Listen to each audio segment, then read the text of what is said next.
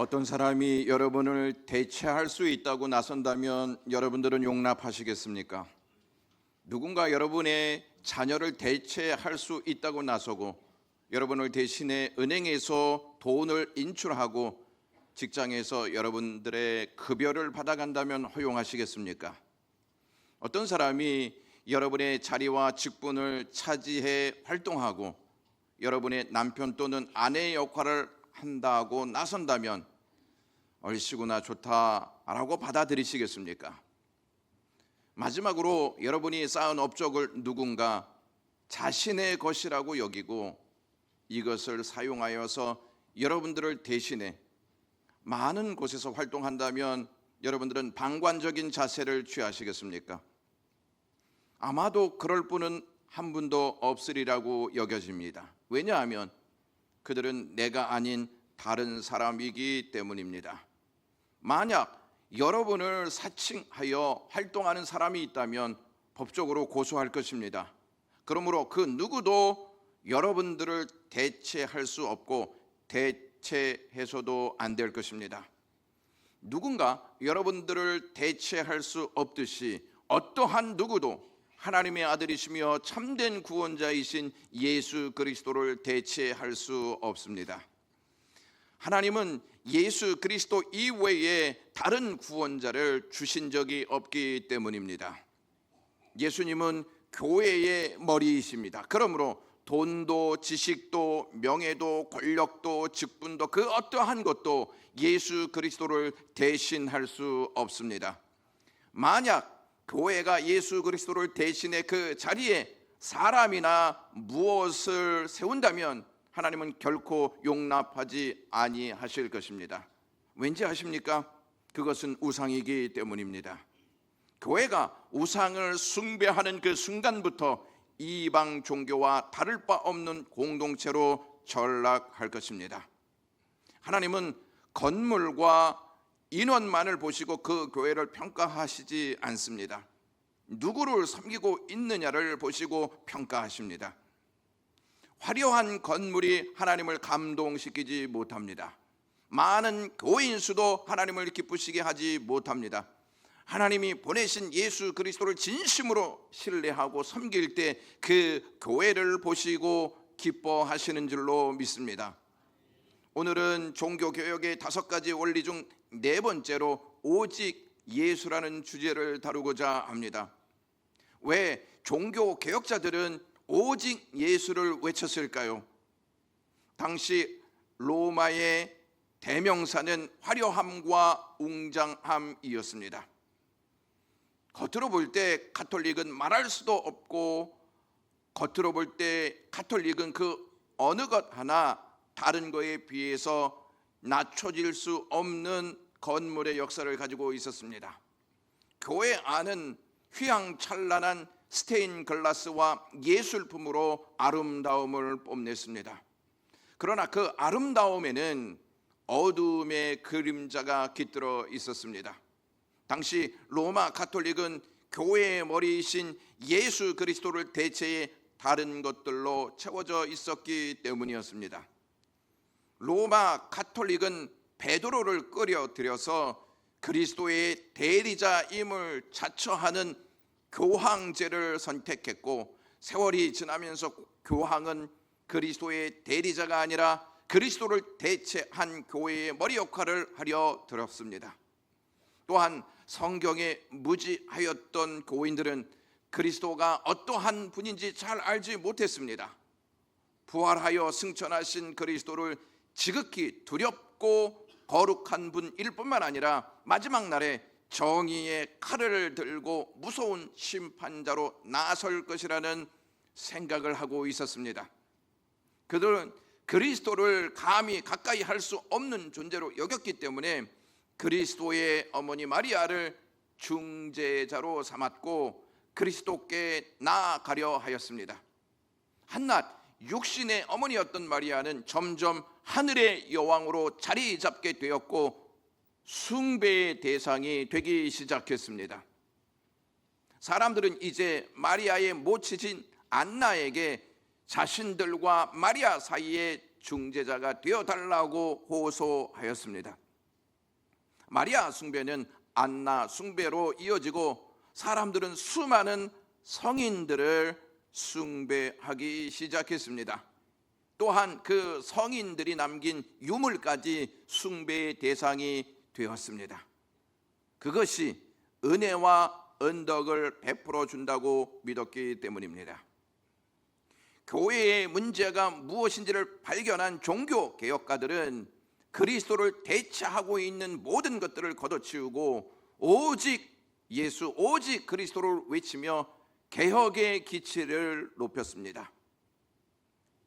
종교 개혁가 루터는 말씀을 연구하면서 오직 성경을 통하여 구원에 이르는 길이 있음을 발견하였고 오직 그리스도만이 우리의 유일한 중보자가 되시며 오직 믿음으로 구원을 받는데 그 역시 우리에게서 나온 것이 아니라 오직 은혜임을 알게 되었습니다. 로마 가톨릭 교회가 예수 그리스도를 대체하는 교회와 전통, 마리아와 교황, 그리고 공로와 행위로 채운 것은 예수 그리스도가 아니어도 우리는 충분히 은혜와 언덕을 입을 수 있다 하는 사상에서 나온 것이라 말씀드릴 수 있습니다. 이것은 성경에 전적으로 위배된 사상이고 예수 그리스도를 대체하는 모든 것들은 다 우상이라는 사실입니다. 아담과 하와가 하나님의 말씀이 아닌 사탄의 말을 듣고 선악과를 따먹은 것은 하나님을 대신하려 했기 때문입니다. 그러므로 아담의 후손인 사람들 역시 하나님을 대신하려는 자세를 취합니다. 존 칼빈이라고 하는 목사님이 우리의 본성 안에 우상이 존재하고 있다고 말했습니다. 인간의 본성은 끊임없이 우상을 만드는 공장이다. 교만과 대담함으로 가득 찬 인간의 마음은 본성적으로 신을 상상한다라고 했습니다. 죄를 지은 인간에게 죄는 본성까지 파고 들어와 영향력을 행사해 하나님의 자리를 찬탈하려 했습니다. 하나님의 자리를 찬탈하려는 모든 행위는 우상 숭배입니다. 우상은 결코 교회 밖에서만 나타나지 않습니다. 교회 안에서도 얼마든지 일어나는 현상입니다. 그 사례로 로마 가톨릭을 통해서 우리에게 전달되어졌기 때문입니다. 또한 우상은 교회 안에서만이 아니라 우리 안에서도 일어난다는 사실입니다. 죄성은 항상 우리 안에서 꿈틀거리고 있습니다. 바울은 탐심이 우상 숭배라 말하였습니다. 우상 숭배의 출처는 탐심입니다. 탐심은 많은 것을 갖는 것이 아닙니다. 탐심은 하나님이 원하시지 않는 것을 가지려 하는 마음입니다. 아담과 하와가 선악과를 따먹지 말라 하신 하나님의 말씀을 어기고 선악과를 따먹은 것은 그들이 뱀의 말을 듣고 선악과를 보자 선악과가 아름답게 보였습니다. 지혜롭게 할 만큼 탐스럽기까지 했습니다. 그래서 선악과를 따먹은 것입니다. 그런데 하나님과 같이 된다는 뱀의 말을 듣고 그것을 보았기 때문에 뱀의 말을 믿고 그것을 따먹게 되었던 것입니다. 그들은 하나님의 자리를 탐하였기 때문에 선악과를 따먹은 것입니다. 그것이 우상 숭배의 시작입니다. 탐심은 하나님이 원하시지 않더라도 내가 원한다면 갖고자 하는 마음입니다. 하나님보다 내가 우선입니다. 그래서 탐심이 우상 숭배인 것입니다. 하나님께서 원하시지 않는 것을 갖게 되면 결국에는 폐기 처분할 수밖에 없는 잡동사니가 되어버립니다. 원하는 선악과를 따먹은 아담과 하와는 하나님께로부터 받은 소중한 것들을 다 잃어버리고 말았습니다. 그런데도 끝까지 잡동사니를 가지려 할 것입니까? 우리와 우리 교회가 무엇으로 채워져 있고 무엇을 가져야 하는지 곰곰이 고민해 보아야 합니다. 미국 캘리포니아의 딸을 무척 사랑하면서 그 딸이 교회에 나가는 것을 반대하는 부모가 있었습니다. 한 번은 그 부부와 딸이 창가에 있을 때 아버지가 이렇게 말했습니다. 얘야, 너는 밖에 있는 예쁜 자동차가 보이지 않니?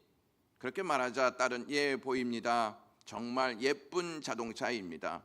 하지만 그 자동차는 누구의 것입니까? 라고 묻자 아버지가 내 것이다. 내게 주려고 사온 차다. 하지만 내가 교회에 열심히 나가는 것을 바꾼다면 너에게 주겠지만 교회에 나가는 것을 고집한다면 줄 수 없다라고 했습니다.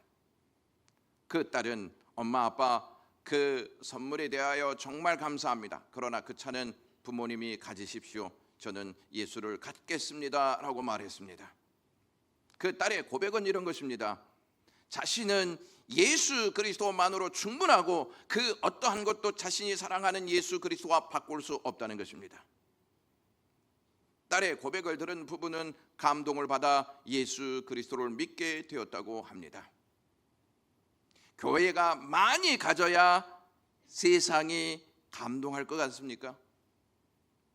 우리 교회와 우리가 가져야 할 것은 예수 그리스도로 충분하다 하는 마음과 예수 그리스도로 살겠습니다 라고 하는 삶이 되어야 할 줄로 믿습니다. 교회의 가장 큰 문제는 다른 데 있지 않습니다. 예수 그리스도 대신 다른 것으로 채워가려고 하는 것이 문제입니다. 여러분들은 교회의 개혁을 원하고 계실 텐데 교회의 개혁의 핵심이 무엇인지 알고 원하고 계십니까? 교회의 개혁을 외치면서 예수 그리스도 대신 다른 것으로 채워가고 있다면 그것은 개혁이 아닌 변질입니다. 교회가 로마 가톨릭의 잘못된 교리를 날카롭게 지적하면서 우리의 잘못된 신앙에 대해서는 묵인하고 있지는 않습니까? 그것이 과연 바람직한 것이라고 여기십니까? 제가 아는 목사님이 위임을 받아서 간 교회가 있습니다. 그 교회는 개혁을 원했습니다. 그 교회는 분쟁과 갈등에 시달리다가 새 교회로 나누어졌습니다.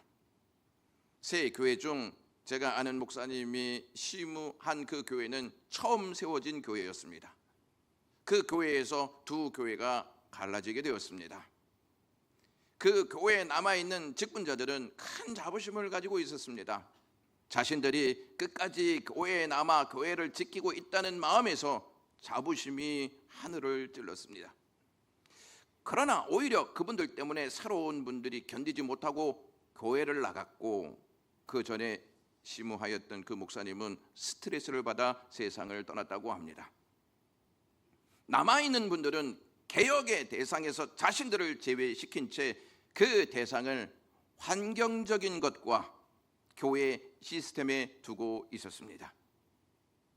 어쩌면 그 교회의 우상은 자신들이 교회를 지켰다는 자부심일 수도 있습니다. 하나님이 원하시지 않는 것은 탐심이고 탐심은 곧 우상 숭배입니다. 오늘 본문 말씀은 마태복음 16장 16절 베드로가 고백한 주는 그리스도시요 살아계신 하나님의 아들이시니다 라고 한 말씀 다음에 나온 내용입니다. 하나님은 베드로를 통해 예수님이 하나님의 아들이시고 참된 구원자이심을 제자들에게 깨닫게 하셨습니다. 베드로의 고백을 듣고 예수님이 하나님의 아들이시고 참된 구원자라는 사실을 알게 된 제자들은 자부심으로 가득 차기 시작했습니다. 제자들은 장차 예수님이 이스라엘을 로마로부터 구원해 내시고 왕위에 오르실 것이다 라고 하는 확신을 가지고 있었습니다. 예수님께서 왕위에 오르신다면 자신들은 큰 자리 하나씩 꿰찰 것이다 하는 기대를 갖게 되었습니다. 그러한 제자들에게 예수님은 찬물을 확 끼얹는 말씀을 하십니다. 이제 나는 곧 사람과 하나님께 버림받아 십자가에서 죽게 될 것이다 라고 하는 말씀을 하셨기 때문입니다. 예수님의 말씀을 들은 제자들은 큰 충격에 빠졌습니다. 그리고 오늘 본문에 예수님께서 베드로와 야고보와 요한을 데리고 높은 산에 오르시더니 갑자기 예수님의 모습이 변형되시는 것입니다. 얼굴이 해같이 빛나며 옷이 빛과 같이 희어지는 것이 아니겠습니까? 그리고 구약의 율법을 대표하는 모세와 선지자를 대표하는 엘리야가 나타나 예수님과 함께 이야기를 나누는 것이었습니다. 이 광경을 본 베드로가 예수님, 여기가 좋습니다. 여기에 초막 셋을 짓 때 하나는 주님을 위하여, 하나는 모세를 위하여, 하나는 엘리야를 위하여 짓고자 합니다 라고 말하였을 때 하늘에서 마태복음 17장 5절 말씀이 들려집니다. 이는 내 사랑하는 아들이요 내 기뻐하는 자니 너희는 그의 말을 들으라 하시는지라 라는 말씀이었습니다. 이에 제자들은 심히 두려워했습니다. 그들에게 예수님께서 마태복음 17장 7절에 일어나 두려워하지 말라라고 말씀하셨습니다. 그리고 예수님과 함께 있던 모세와 엘리야는 눈에 보이지 않고 오직 예수만 보였더라라고 하는 말씀이 기록되어 있습니다. 여러분들은 이 내용을 어떻게 이해하고 계십니까? 모세는 율법의 대표이고 엘리야는 선지자의 대표입니다. 율법의 대표와 선지자의 대표가 시사하는 바가 무엇일까요? 구약 성경입니다. 구약 성경을 다른 말로 율법과 선지자의 글로 묘사합니다. 예수님께서 부활하신 후에 엠마오로 내려가는 두 제자에게 구약 성경을 이렇게 묘사했습니다. 모세와 모든 선지자들의 글이라고 말입니다. 그러므로 모세와 엘리야는 구약 성경을 대표하는 인물들입니다. 구약 성경을 대표하는 모세와 엘리야가 예수님과 대화하다가 하나님께서 이는 내 사랑하는 아들이요 내 기뻐하는 자니 너희는 그의 말을 들으라 하시는지라 하신 말씀 후에 그들은 사라지고 오직 예수 그리스도만 남게 됩니다. 이것이 의미하는 바가 무엇일까요? 구약 성경이 바라보게 하는 분이 예수 그리스도시란 뜻입니다. 누가복음 24장 27절에 이에 모세와 모든 선지자의 글로 시작하여 모든 성경, 즉 구약 성경에 쓴 바 자기에 관한 것을, 그리스도에 관한 것을 자세히 설명하시니라 라고 말씀하고 있습니다. 구약 성경은 하나님께서 약속하신 구원자가 오신다는 말씀을 율법과 선지자들을 통해 끊임없이 전하고 있다는 말씀입니다. 아담과 하와가 선악과를 따먹고 두려운 마음에 나무 사이에 숨어 있을 때 하나님께서 그들에게 찾아가셔서 이제 여자의 후손이 올 것이다, 여자의 후손은 구원자다 하는 사실을 약속하십니다. 하나님께서 약속하신 그분이 하나님의 아들이신 예수 그리스도이십니다.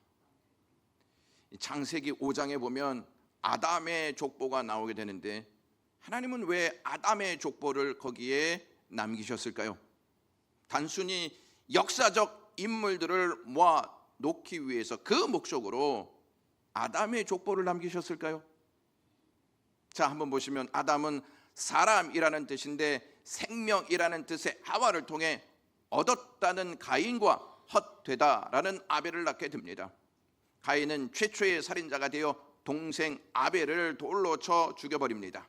후에 하나님은 대신하다라는 뜻의 셋을 낳게 하시고, 셋은 죽을 수밖에 없는 뜻의 에노스를 낳았고, 에노스는 얻은 아들이라는 뜻의 게난을 낳습니다. 게난은 하나님께 찬양이라는 뜻의 마할랄렛을 낳게 됩니다. 마할랄렛은 내려온 자라는 뜻의 이름의 야렛을 낳았고, 야렛은 받침이라는 에녹을 낳았습니다. 에녹은 그가 죽을 때 심판이라는 무두셀라를 낳습니다. 무두셀라는 능력 있는 자라는 라멕을 통해 라멕이 위로라고 하는 노아를 낳게 됩니다. 이렇게 아담으로부터 노아까지 이르는 10명의 이름의 그 내용을 이어본다면 이렇습니다. 인류를 대신하여 죽을 수밖에 없는 아들로 인해 하나님께 찬양하라. 지극히 높으신 곳에서 낮은 곳으로 내려오사 받쳐지신 자 그의 죽으심으로 그의 능력이 위로가 되리라는 뜻입니다. 아담의 족보에는 하나님께서 약속하신 구원자가 이 땅에 오실 터인데 그 구원자가 십자가에서 죽으실 것, 그리고 그 구원자가 인류를 구원하고 위로를 전할 것을 이 족보를 통해 우리에게 알려주고 있다는 말씀입니다. 얼마나 신비롭고 놀라운 복음입니까? 이렇게 구약 성경은 오실 예수님을 보게 합니다.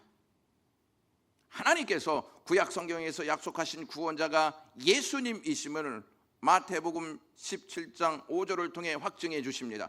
이는 내 사랑하는 아들이다, 내 기뻐하는 자다, 너희는 그의 말을 들어라 라는 말씀으로 예수 그리스도가 약속으로 이 땅에 오실 하나님의 아들이라는 사실을 알려주십니다. 그러므로 너희는 그의 말을 들으라 라고 말씀하시는 것입니다. 구약 성경에서 약속하신 실체가 오시자 그림자였던 모세와 엘리야는 사라지게 되는 것이죠. 실체이신 오직 예수 그리스도만 남게 되는 것입니다. 이 천주교가 석가탄신일에 축하를 해주러 갑니다. 그리고 조계종이 크리스마스를 축하하기 위해서 천주교를 찾아 프랜카드를 걸고 서로 축하의 메시지를 전달합니다. 종교적 관용과 미덕으로 칭송을 받으면서 주요 일간신문은 하나님이 절에 가고 부처님이 교회에 갈 때라고 하는 제목을 붙여서 서로 공존하고 서로 교제하고 서로 소통한다는 의미의 메시지를 전달합니다. 물론 종교 간의 평화는 유지되어야 하겠습니다만 이러한 사회적 분위기 속에서 오늘 한국 교회 안에 예수 그리스도를 통한 구원의 유일성에 대한 신앙이 점점 흔들리고 있지는 않은지 돌아봐야 합니다. 현대 그리스도인이 신앙의 비전, 기도의 핵심, 미래에 대한 그 중심에 그리스도의 고난과 십자가가 있는가 하는 것이죠. 우리의 삶에 그리스도의 고난과 그리스도의 그 놀라운 은혜가 중심이 되어 있느냐 하는 것을 살펴보셔야 한다는 사실입니다. 미국의 스프롤 목사님이 이러한 이야기를 했습니다. 자신이 하나님의 검열을 통과하기에 충분히 선하다고 생각하는 만큼 그리스도를 그만큼 더 필요로 하지 않게 된다라고 했습니다.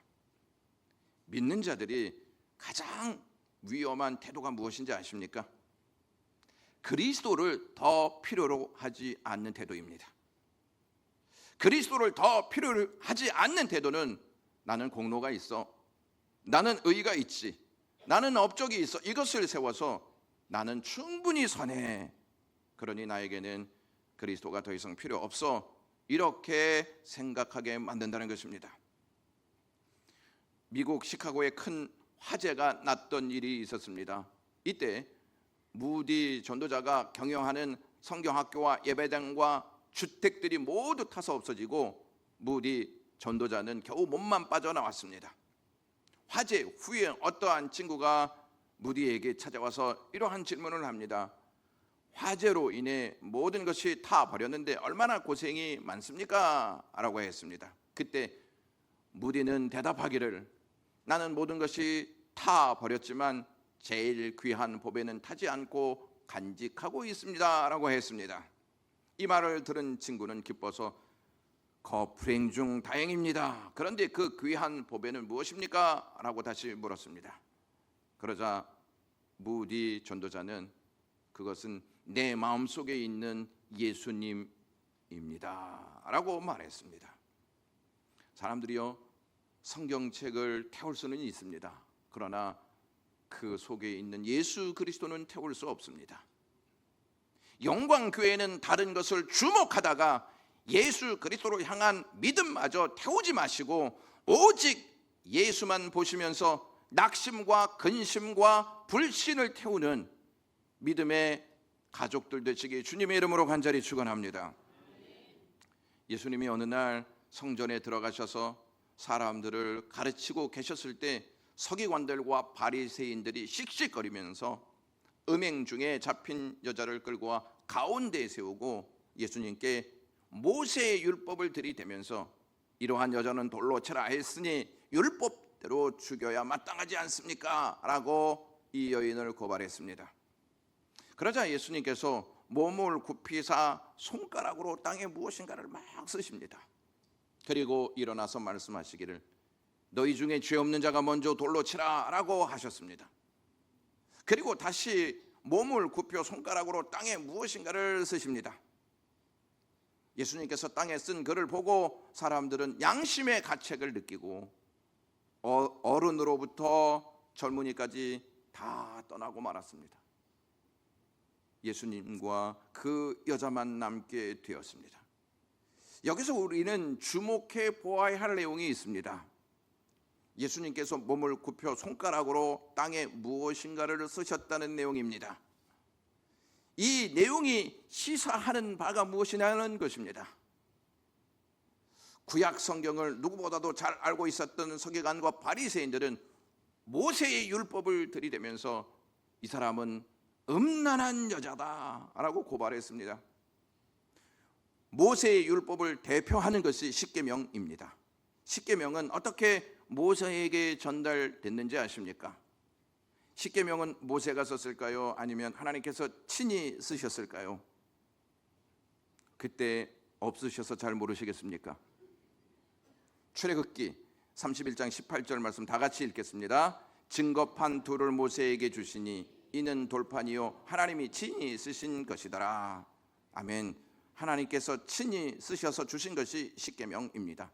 십계명은 하나님께서 친히 쓰셔서 주신 것인데 개정 개혁을 보면 친히라고 하는 단어 앞에 이라고 하는 숫자가 기록되어 있습니다. 그리고 성경 하단에 보면 이를 이렇게 기록해 놓았습니다. 손가락으로 라고 말입니다. 그러니까 십계명은 하나님께서 손가락으로 친히 쓰셔서 주신 말씀이라는 내용입니다. 그것을 생각하시고 예수님께서 몸을 굽혀 땅에서 무엇인가를 쓰셨는데 손가락으로 쓰셨다고 기록하고 있습니다.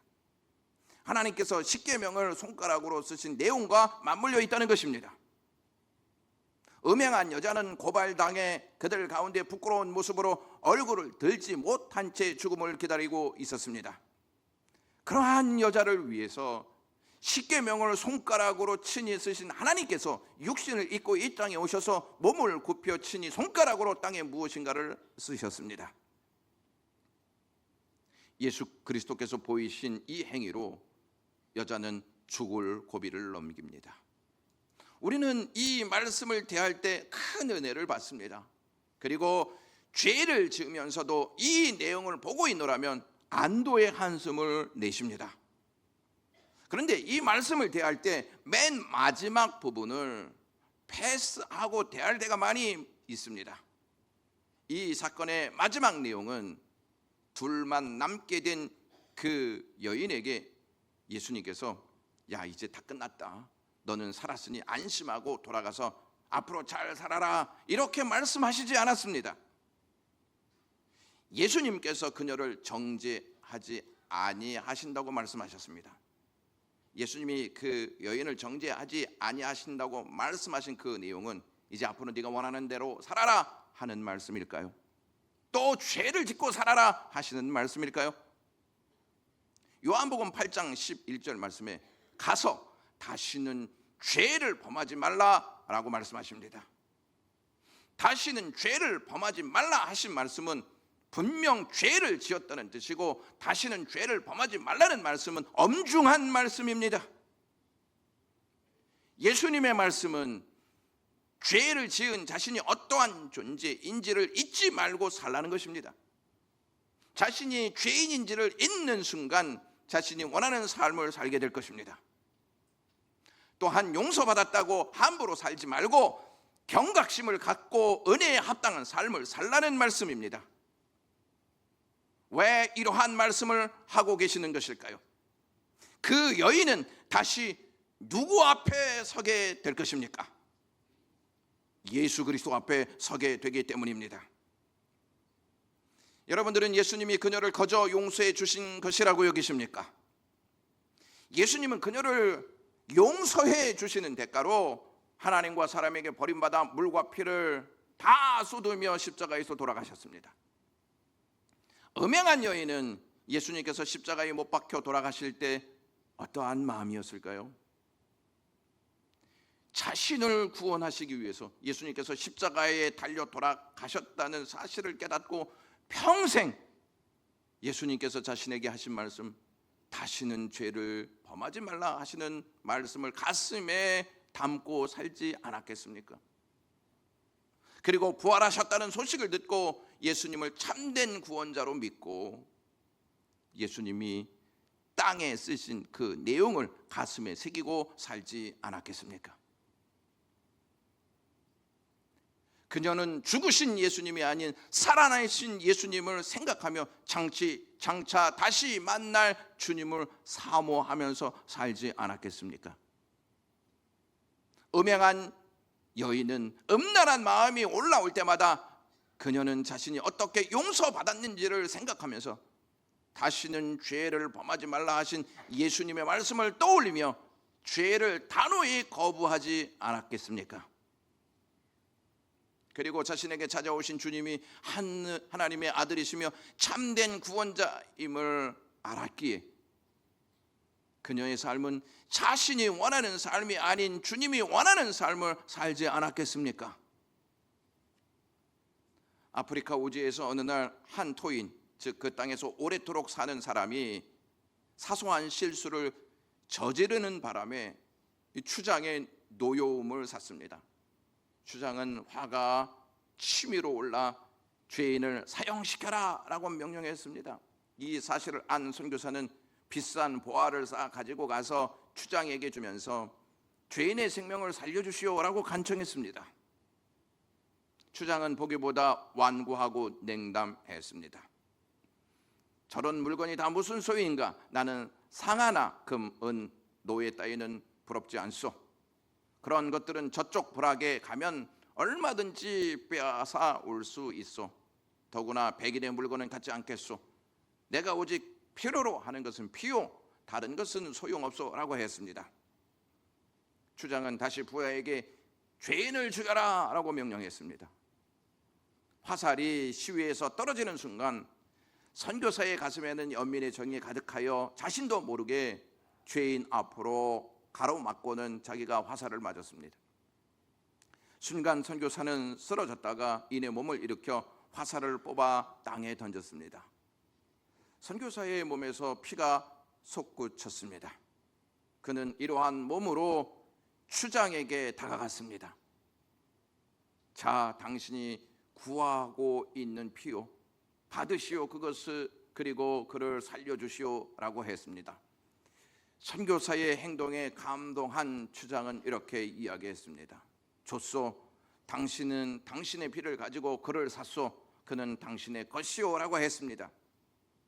그때의 토인은 선교사의 발 아래 엎드려서 감격하면서 이렇게 말했습니다. 주인님, 감사합니다. 감사합니다.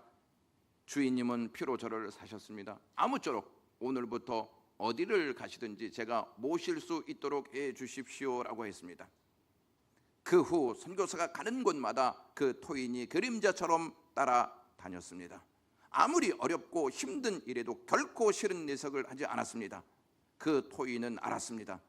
자신은 피로 산 죄인이라는 사실을 말입니다. 우리 역시 주님이 십자가에서 당신의 피와 생명으로 우리를 사셨습니다. 그래서 우리는 주님의 것입니다. 영광의 가족 여러분, 어떻게 살아야 하겠습니까? 누구를 바라보며 살아야 하겠습니까? 영광의 가족 여러분, 개혁은 잡동사니, 즉 오직 예수를 대체하고 있는 다른 모든 것들을 버리고 오직 예수 그리스도로 채워지는 것입니다. 예수 그리스도께서는 우리를 구원하여 하나님의 자녀 삼으시기 위해서 하늘 영광 보좌를 다 버리시고 모든 수모와 고난을 받으셨습니다. 자신을 쳐서 복종시키셨습니다. 오직 예수를 대체할 수 있는 것은 아무것도 그 누구도 없습니다. 예수 그리스도는 우리를 다른 어떠한 것으로 대체하지 않으셨습니다. 만약 우리를 다른 어떠한 것으로 대체하셨다면 결코 십자가에 달려 돌아가시지 않으셨을 것입니다. 우리는 그 어떠한 것으로 대체하시지 않는 주님의 사랑으로 살아나게 되었습니다. 그것을 십자가를 통해서 확인하셔야 합니다. 개혁의 또 다른 하나는 우리가 원하는 것이 있을 때마다 우리를 쳐서 복종시키고 오직 그리스도로 채우는 삶입니다. 예수님은 우리를 남기기 위해 모든 것을 다 버리셨습니다. 우리는 마지막 날 오직 예수를 만날 것입니다. 기도하겠습니다. 주님, 우리에게 주님을 주셔서 감사합니다. 주님으로 인하여 기뻐하고 우리의 삶에 주님을 채우게 하시옵소서. 예수 그리스도의 이름으로 기도드리옵나이다. 아멘.